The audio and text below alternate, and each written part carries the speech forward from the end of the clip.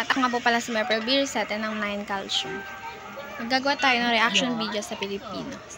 Ang pinamagataang no limitang here o sa English ay touch minute. Kabanata 46 to 60. Man ako manood at matuto. Buod ng Kabanata 46 hanggang 60. Sa gitna ng isang mayabong na gubat ay naghihintay si Pablo at isang lalaki kay Elias. Patungo sila sa isang yungib na kung saan ay may naghihintay na mga 12 o 15 lalaking marurusing ang mukha at damit. May isang lalaki roon na tila nakatingin sa kawalan. Nagkaroon lamang siya ng sigla nang makita si Elias. Pinag-usapan nila na hikayating si Ibarra na umanib sa kanila dahil pareho silang nakaranas ng pang-aapi. Araw ng linggo, rinig na rinig sa kabayanan ang sigawan sa sabungan.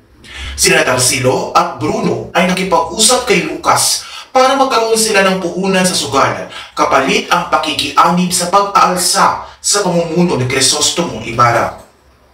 Sa kabayanan naman ay nagtatalo sina Doña Victorina at Doña Consolacion. Walang sino man ang nagpapatalo. Bawat baho ay lumabas. Tanging si Padre Salvi lamang ang nakaawat sa dalawa. Sa gal ni Doña Victorina ay inadjok niya si Linares na ipagiganti siya at kung hindi ay isisiwalat nito ang kanyang sikreto. Dumating si Ibarra ng mga panahong iyon. Dala niya ang balitang hindi na siya ekskomulgado. Ngunit nabigla siya nang makita si Maria Clara kasama si Linares. Nagpaalam siya at tumungo sa paroroonan. Nakarating siya sa buok paaralan at nakita niya ang mabilis na paggawa dito. Sa gitna ng mga kumpulan ng trabahador ay nakita niya si Elias. Ipinakuha niya kay Maestro Juan ang listahan, ngunit hindi makita ang pangalan nito. Nakiusap si Elias na magkita sila at may mahalaga silang pag-uusapan. Nakarating si Ibarra sa tagpuan nila ni Elias. Inilatag ni Elias ang mga dapat niyang sabihin ayon sa mga napag-usapan nila ng matandang lalaki sa yungib. Ngunit nagitla siya sapagkat taliwas sila ng iniisip ni Ibarra.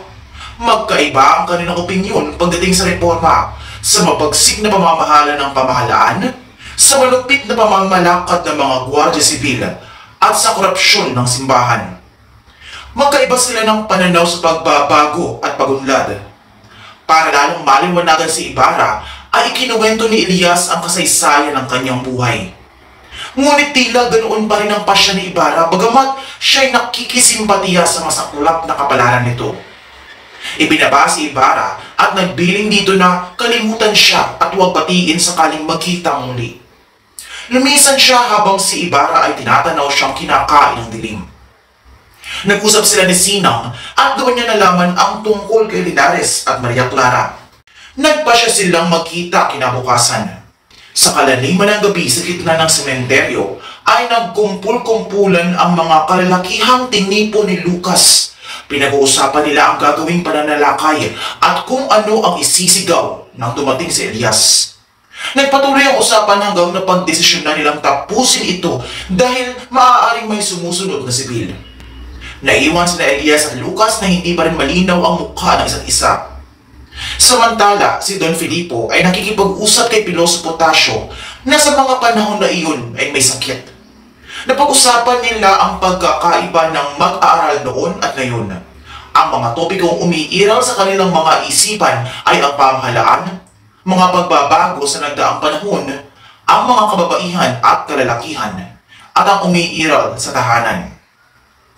Bago sila maghiwalay, nagbilin si Piloso Potasio na kailangan niyang makita si Crisostomo sa susunod na araw dahil may importante siyang sasabihin dito bago siya mamatay.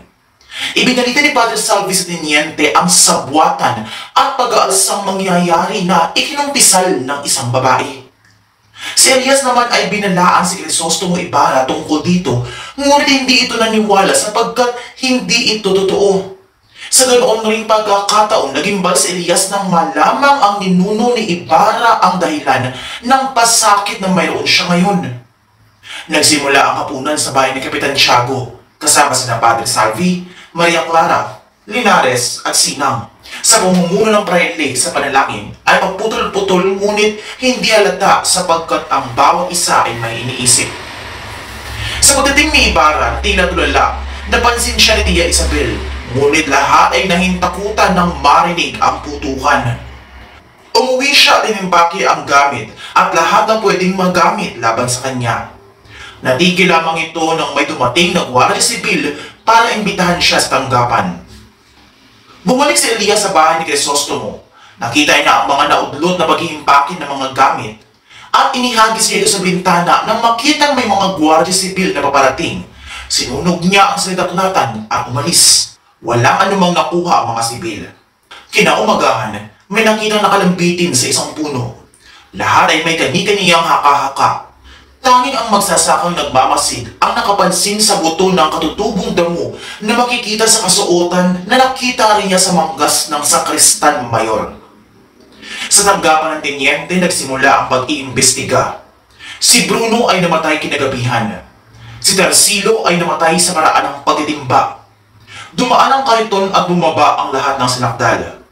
Huling lumabas si Ibarra na hindi nakagapos na naging dahilan ng pagkagalit ng mga pamilya ng naroroon. Kitang-kita sa mukha ni Ibarra ang kasawian. Walang nagmamahal, walang tahanan, at tinalikuran ng sariling bayan. Sa di kalayuan ay tanaw ni Tandang Tasyo ang lahat. Sa bagal na katawan, sinunod na lamang niya ng tingin si Crisostomo Ibarra at umuwi. Kinaumagahan, nakita na lamang siyang wala ng buhay sa sariling dampa. Umabot sa Maynila ang mga nangyari sa San Diego. Iba't ibang bersyon ang nakarating bagamat puro kapulaanan ang kay Ibarra at pagpupuri naman ang kay Padre Salvi. Maraming nagsasabi na dahil sa pagpigil niya sa pag-aalsa ay maaaring maging obispo siya. Dahil sa pangyayari yaon, si Kapitan Tino ay nabalisa dahil minsan niya na rin nakadaupang palad si Ibarra kung kaya't pinayuhan siya ng kamag-anak na magpadala ng regalo sa Gobernador General para hindi siya masali sa gulo. Ngunit naging kabaligtaran ang nangyari. Pinagdaan siya, inimbita at pinagbakasyon sa tanggapan ng pamahalaan.